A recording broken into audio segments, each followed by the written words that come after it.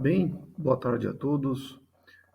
Hoje nós vamos falar sobre sistemas de filtração, mais especificamente sobre meios filtrantes e a sua composição. Na verdade, eu vou produzir uma série de vídeos, pequenos vídeos, falando sobre sistemas de filtração e mais especificamente sobre suas partes constitutivas principais, de modo que todos nós consigamos entender como funciona um sistema de filtração, uma estação de tratamento de água, as suas partes constitutivas principais, os seus parâmetros de projeto e dimensionamento mais relevantes. Na verdade, eu vou produzir esse e outros vídeos a pedido de muitas pessoas que me mandaram mensagens via YouTube, sempre me pedindo, por favor, é interessante falar alguma coisa sobre filtração, porque é um tema muito importante para a gente, um tema muito relevante no tratamento de águas de abastecimento. Então, eu decidi fazer esse conjunto de vídeos de modo que a gente consiga discutir e falar mais sobre o processo de filtração. Pois bem, a gente sabe que numa estação de tratamento de água convencional de ciclo completo, a filtração é uma parte de grande relevância porque ela é vista como o último processo unitário no qual onde nós temos separação de sólidos. Em etas convencionais, nós temos duas unidades que me permitem fazer a separação de sólidos. Tenho dois processos físicos de separação de sólidos. Eu tenho decantadores, que podem ser convencionais, podem ser decantadores de alta taxa, e nós temos os filtros. Por que o filtro para a gente é tão relevante? Porque é a última etapa que me possibilita a remoção de sólidos. Então, como nós conhecemos a concepção clássica de estações de tratamento de águas de abastecimento, os filtros são uma parte, uma etapa muito relevante e muito importante, e que requer um cuidado muito especial na sua concepção e dimensionamento. Vamos fazer um pouquinho uma conceituação histórica, de tal forma que a gente consiga entender como que os filtros nasceram, como é que eles foram concebidos como uma parte constitutiva de estações de tratamento de água. Vamos olhar um pouco lá para trás, vamos voltar lá por volta de 1850. Por volta de 1850, ou seja, bem no centro da Revolução Industrial, os filtros eles foram concebidos como parte integrante de sistemas de tratamento de água, apenas e tendo uma única função, a melhoria da qualidade estética da água. Então, naquela época foram concebidos filtros que operavam com taxas de filtração muito baixas, em torno de 2 a 6 metros cúbicos metro quadrado por dia. Esses filtros são conhecidos hoje como filtros lentos. Por que filtros lentos? Porque a taxa de filtração era muito baixa. A única função era tão somente uma remoção de sólidos para permitir uma melhoria da qualidade estética da água. Era um processo que, na verdade, não se conhecia ainda o processo de coagulação, então eu não tinha o processo de coagulação envolvido na concepção de uma ETA. Isso nós estamos falando por volta de 1850, 1860. Então o que nós tínhamos naquele momento eram os filtros lentos. Os filtros que nós conhecemos hoje no tratamento de águas de abastecimento, eles na verdade foram desenvolvidos pelos norte-americanos. Vamos voltar um pouquinho. Os filtros lentos, apenas para nós relembrarmos um pouco, eles foram concebidos inicialmente pelos ingleses. Eles nasceram na Inglaterra, foram desenvolvidos na Inglaterra e se espalharam na Europa. E depois, posteriormente, nos Estados Unidos. No entanto, os norte-americanos, eles se incomodavam com o tamanho dos filtros, porque como eles operavam com taxas de filtração muito baixas, as áreas eram muito grandes. E daí começaram-se alguns estudos com o intuito de melhorar o comportamento de filtros lentos, com o objetivo de possibilitarem um aumento na taxa de filtração. Começaram a surgir os primeiros filtros rápidos por gravidade. Isso aconteceu por volta de 1890 até mais ou menos 1910, 1920. E a partir daí, numa data ainda desconhecida, implantou-se o processo de coagulação no tratamento de águas de abastecimento. A gente não sabe exatamente quem foi que fez, mas tem-se notícias, tem-se ideias de que alguém teve uma ideia de se colocar coagulante, um sal de alumínio na água para possibilitar a remoção de sólidos, melhorar a remoção de sólidos, e aí surgiu o conceito de você coagular, flocular, sedimentar, e aí a água decantada enviar para filtros que poderiam trabalhar com taxas de filtração maiores. Nasceram o que nós chamamos de filtros rápidos por gravidade. Eles foram implantados nas estações de tratamento de água por volta de 1905, 1910, e a partir daí desenvolveu-se mundo afora.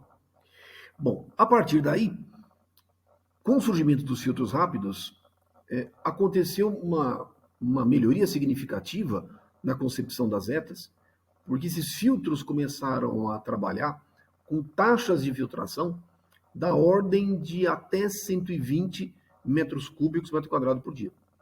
Então, por que eles são chamados de filtros rápidos? Porque a taxa de filtração deu um salto de algo próximo de 2 a 6 metros cúbicos metro quadrado por dia e saltou para 120.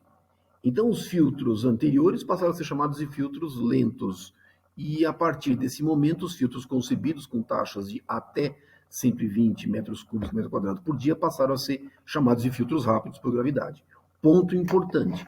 A partir do momento que surgiram os filtros rápidos por gravidade, foi uma necessidade todas as estações de tratamento de água que tivessem como concepção esse tipo de filtro, os filtros rápidos, precisariam necessariamente de incorporar uma etapa de coagulação, floculação e sedimentação.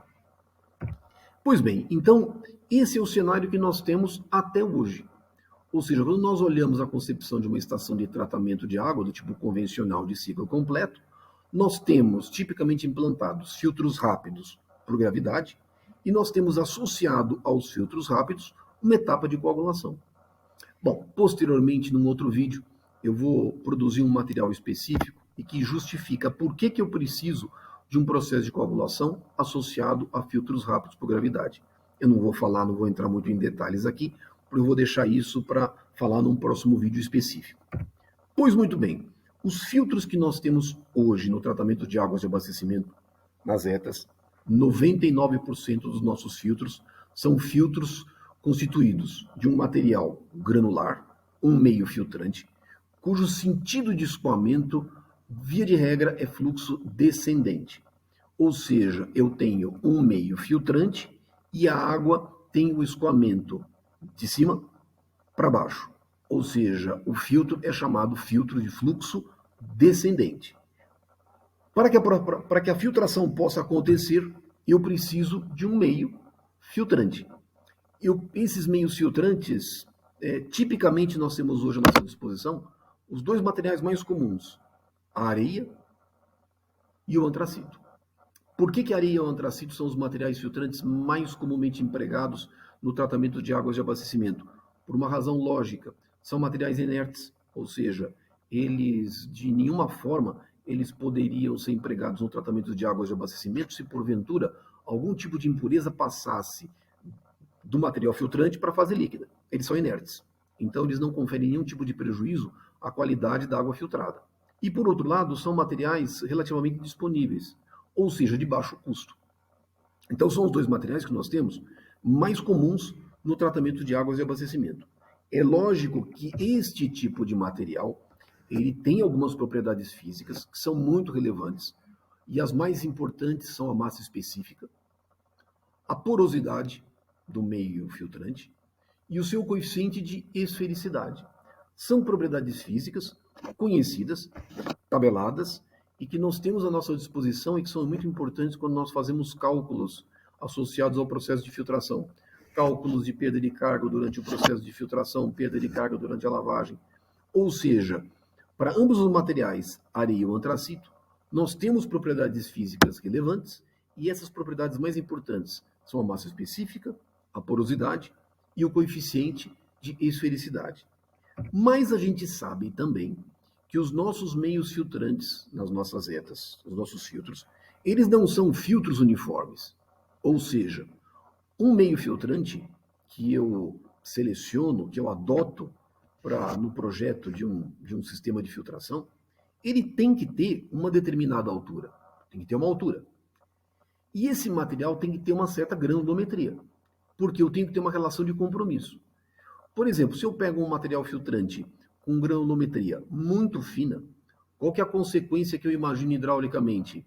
Um material filtrante com granulometria muito pequena, se eu passar um certo fluido com uma certa velocidade, se ela for muito alta, eu vou ter perda de carga muito alta.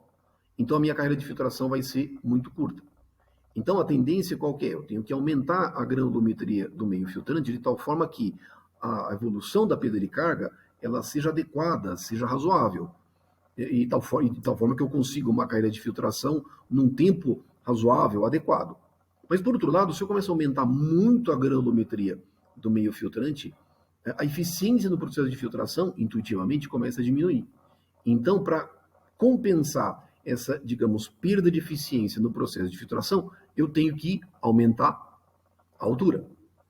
Isso vai ser traduzido para a gente mais lá na frente, através de um parâmetro que nós chamamos diâmetro sobre altura, ou altura sobre diâmetro, depende como nós explicitemos. Ou seja, existe uma relação de compromisso entre a granulometria do meio filtrante e a altura do meio filtrante, a espessura do meio filtrante. Mas eles não são uniformes. O meio filtrante, ele não é 100% uniforme. Existe uma distribuição granulométrica de grãos. Eu tenho grãos maiores e tenho grãos menores. E de acordo com o comportamento dos meus filtros, existe uma tendência de que os grãos maiores eles situem-se abaixo e os grãos menores situem-se na parte superior do filtro.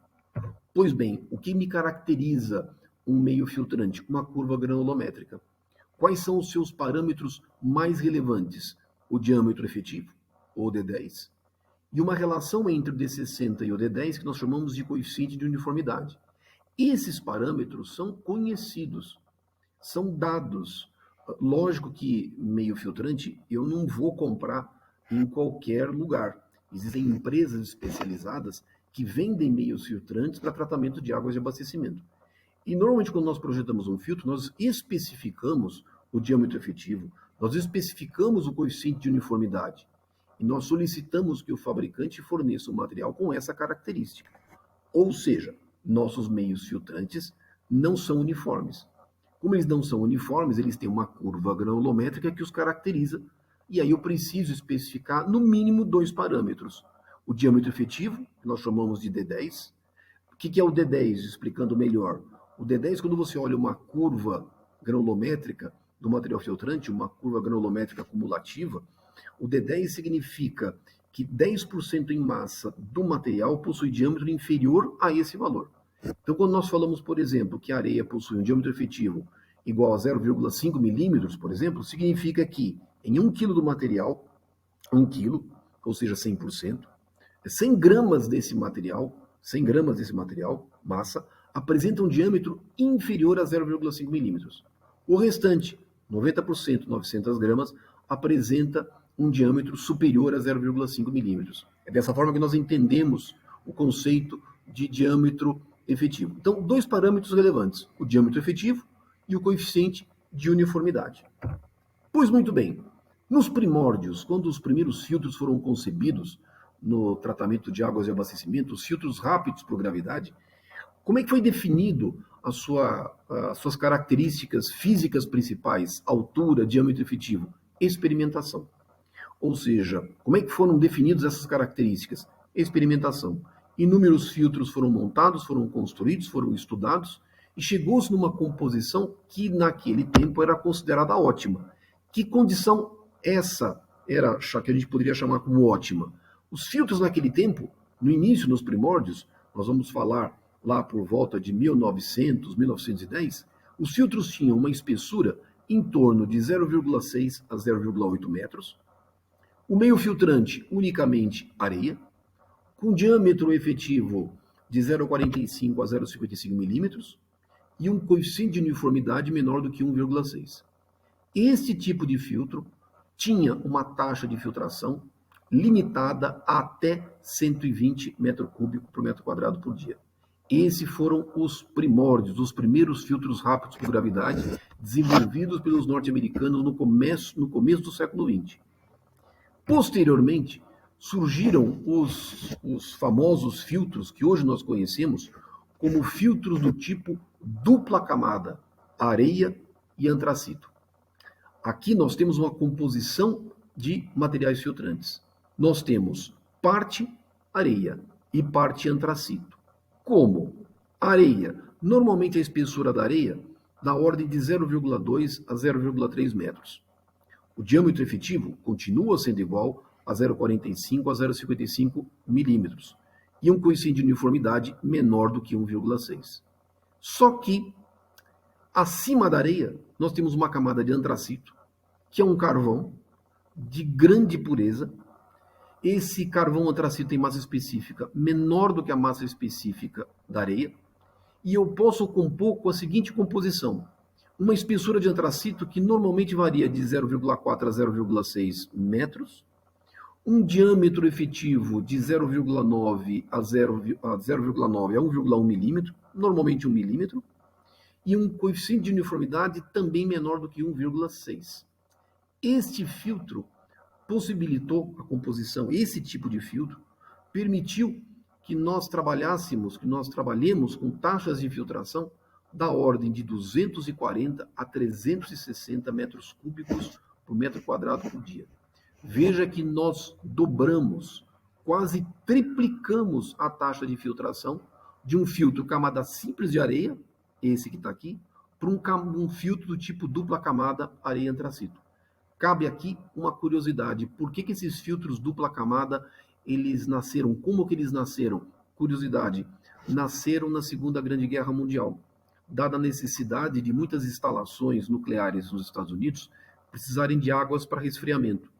Então, essas unidades nucleares tinham estações de tratamento de água, tinham filtros rápidos por gravidade do tipo camada simples de areia, e eles precisavam de água para resfriamento. Então era uma época de crise, era uma época onde estava se desenvolvendo construção de armas atômicas, pesquisas atômicas, precisava muito de água. Os filtros tinham que ser ampliados, você não tinha condições de construir mais filtros. Alguém, um conjunto de profissionais, teve uma ideia de falar: puxa vida, por que esses filtros de areia, por que eu não posso aumentar a taxa de filtração? Porque a carreira de filtração ficaria muito curta, porque eu teria uma evolução de perda de carga muito alta. Alguém teve a ideia de substituir parte da areia.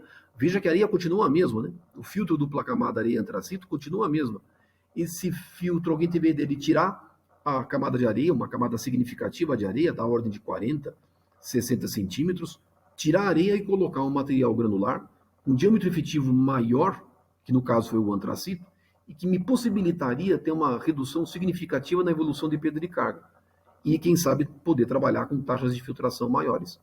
Foi daí que nasceu o filtro dupla camada areia-antracito, que posteriormente percebeu-se: puxa, mas essa composição é muito boa, ela é interessante, ela funciona, ela me permite trabalhar com taxas maiores sem perda da qualidade da água filtrada. Foi daí que nasceu o filtro dupla camada areia-antracito, e que é concebido até hoje. Isso aqui é um filtro dupla camada areia-antracito. Olha aqui, eu tenho uma camada de areia, e acima da camada de areia uma camada de antracito. Eu tenho um vídeo desse filtro. Esse filtro aqui é uma estrutura real de um filtro que foi implantado na estação de tratamento de água do Guaraú, é um filtro real. Eu tenho um vídeo dessa instalação, inúmeros vídeos, mas eu vou colocar um vídeo em particular que mostra esse meio filtrante. Eu vou colocar na descrição do vídeo, vou colocar o link, se vocês quiserem assistir, vocês podem assistir lá. Bem, posteriormente, tentou-se até estudar filtros do tipo que a gente chama de tripla camada, né? Onde mantém-se a areia, mantém-se o antracito, e onde tentou-se colocar um meio filtrante com espessura menor, de em torno de 10 a 15 centímetros, mas com um diâmetro efetivo menor do que a areia. A areia tem um diâmetro efetivo de 0,45 a 0,55 milímetros. Imaginou-se colocar a granada, que é um óxido de ferro, é um material com massa específica muito alta. Imaginou-se colocar a granada com um diâmetro efetivo bem pequenininho, de 0,2 a 0,3 milímetros, e com um coeficiente de uniformidade menor do que 1,6. Na verdade, percebeu-se o seguinte: muitos estudos experimentais, inclusive avaliações de campo, indicaram que não tinha um grande ganho, não tinha um ganho significativo você colocar uma camada, uma terceira camada de granada ou garnet abaixo da camada de areia. Inclusive porque a espessura era relativamente pequena, de em torno de 10 a 15 centímetros, e os ganhos não foram significativos. Então, assim, existe, esse é um filtro que é citado na literatura, mas hoje em dia a gente observa que pouquíssimas estações de tratamento de água adotam essa composição, porque o comportamento é muito semelhante ao filtro dupla camada areia-antracito. Mais recentemente, na Europa, na década de 70, década de 80, década de 70, surgiram os chamados filtros monocamada de alta taxa. É um filtro que tem uma outra característica. Ele pode ter, ele é formado por um único material, no caso, ou só areia, ou só antracito. No entanto, a altura do filtro é muito maior.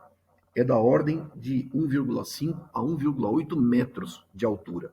A espessura é muito maior. Veja que um filtro dupla camada areia antracito tem uma espessura em torno de 80 centímetros. Aqui a gente está falando de um filtro que tem uma altura de 1,5 a 1,8 metros. Pois bem, mas por que eu estou aumentando a altura? Porque eu estou aumentando o diâmetro efetivo. O diâmetro efetivo agora do material filtrante é da ordem de 1,2 a 1,5 milímetros.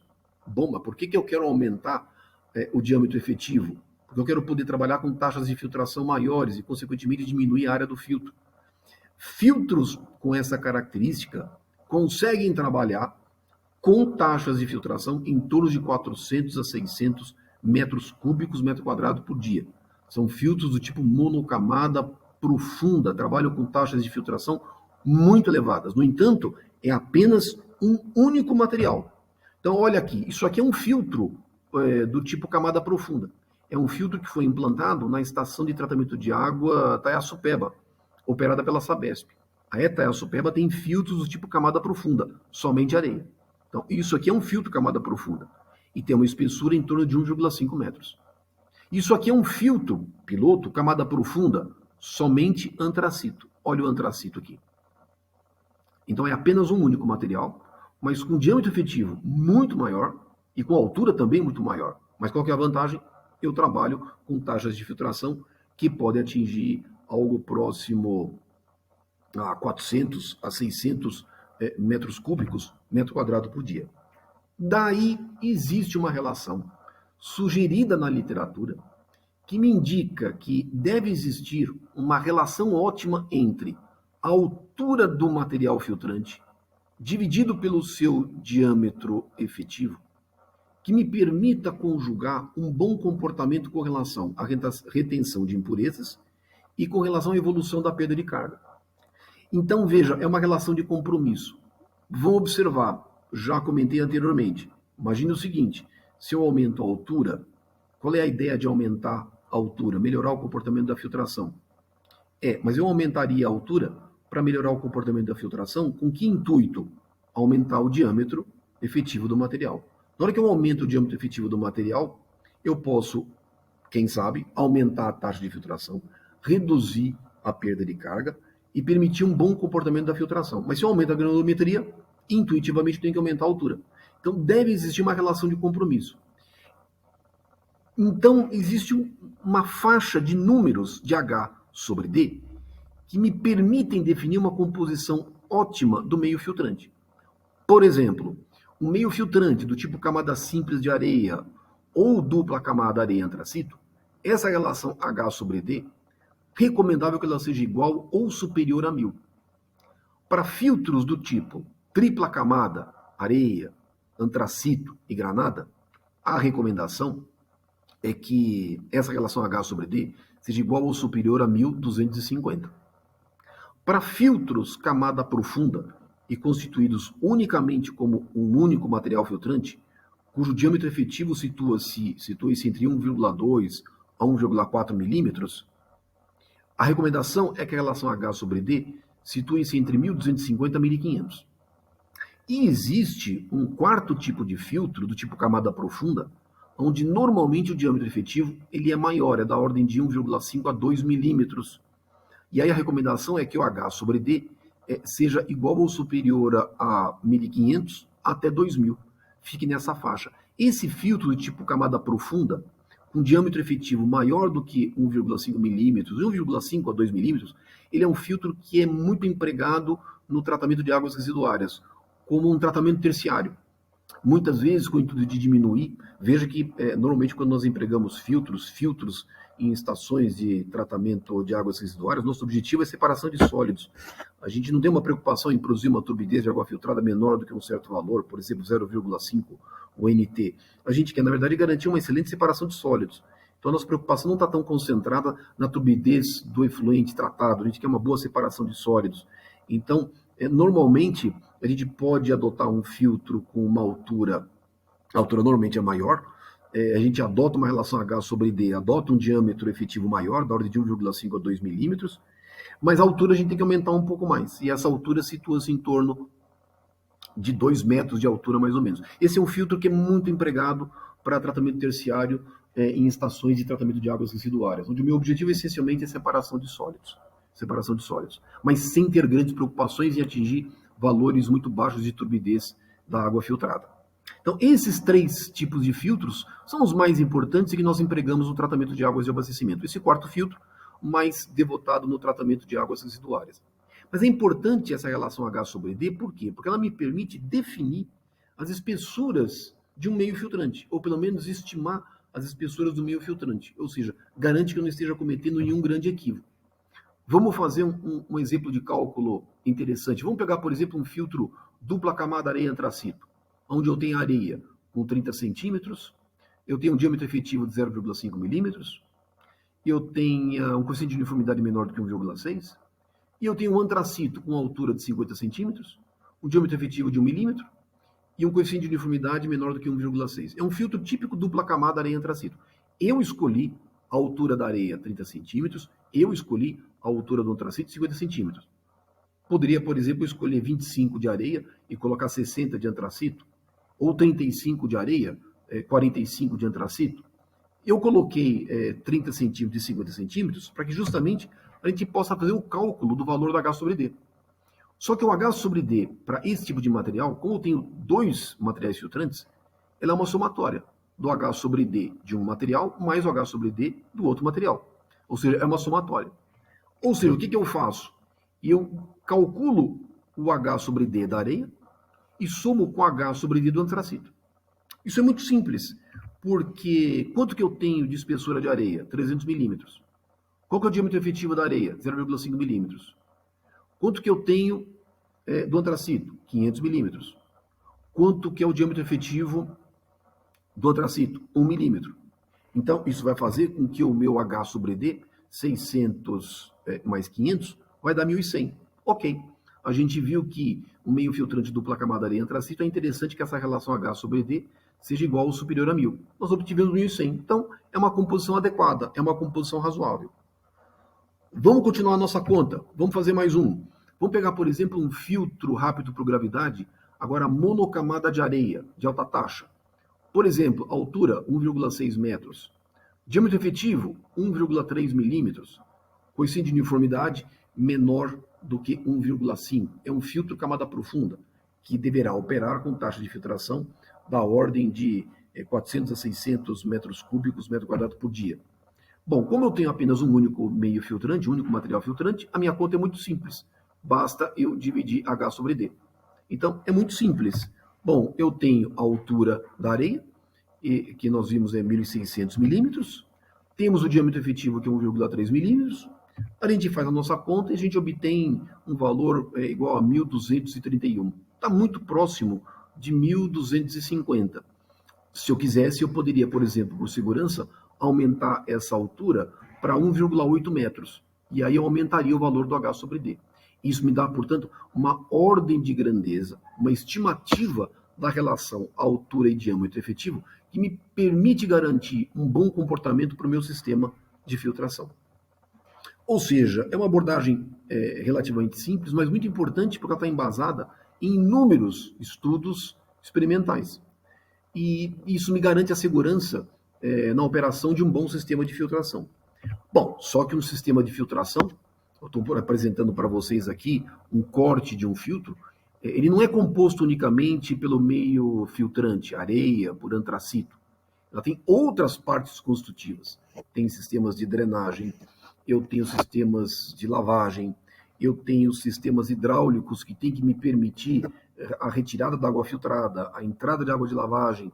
Então, nós vamos posteriormente, nós vamos produzindo outros vídeos onde nós vamos explicitando cada uma dessas partes constitutivas, as suas finalidades, as suas funções, seus parâmetros de projeto mais relevantes, de tal forma que a gente consiga compor um sistema de filtração, entender como o sistema de filtração funciona. Por hora, o que nós temos que entender, por hora, o apresentado nesse vídeo, a ideia foi mostrar para vocês o conceito de meios filtrantes e a sua relação do tipo de meio filtrante adotado com taxas de filtração. E a ideia foi discutir isso com vocês. Pois muito bem, para aqueles que quiserem maiores informações, para quem não sabe, eu tenho um livro publicado já há alguns anos, Tratamento de Água, Concepção, Projeto e Operação de Estações de Tratamento.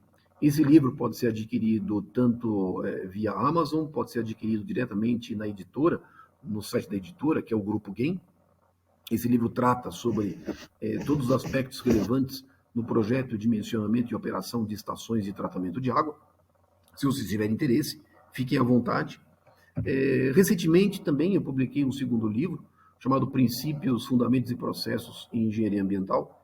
Diferentemente, esse livro está em PDF, ele é gratuito, pode ser baixado no meu site, aqui está o endereço, eu vou colocar na descrição do vídeo, vou colocar ambos os sites. Esse livro pode ser baixado gratuitamente, e lá nós trabalhamos com uma série de tópicos e assuntos relevantes na engenharia sanitária e ambiental. Falamos sobre processos de adsorção, processos de precipitação química, processos de arraste com ar, falamos sobre reatores, oxidação química.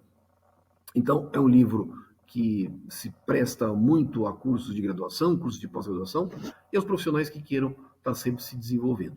Bom, se vocês tiverem alguma dúvida com relação a esse vídeo, coloquem nos comentários as suas dúvidas.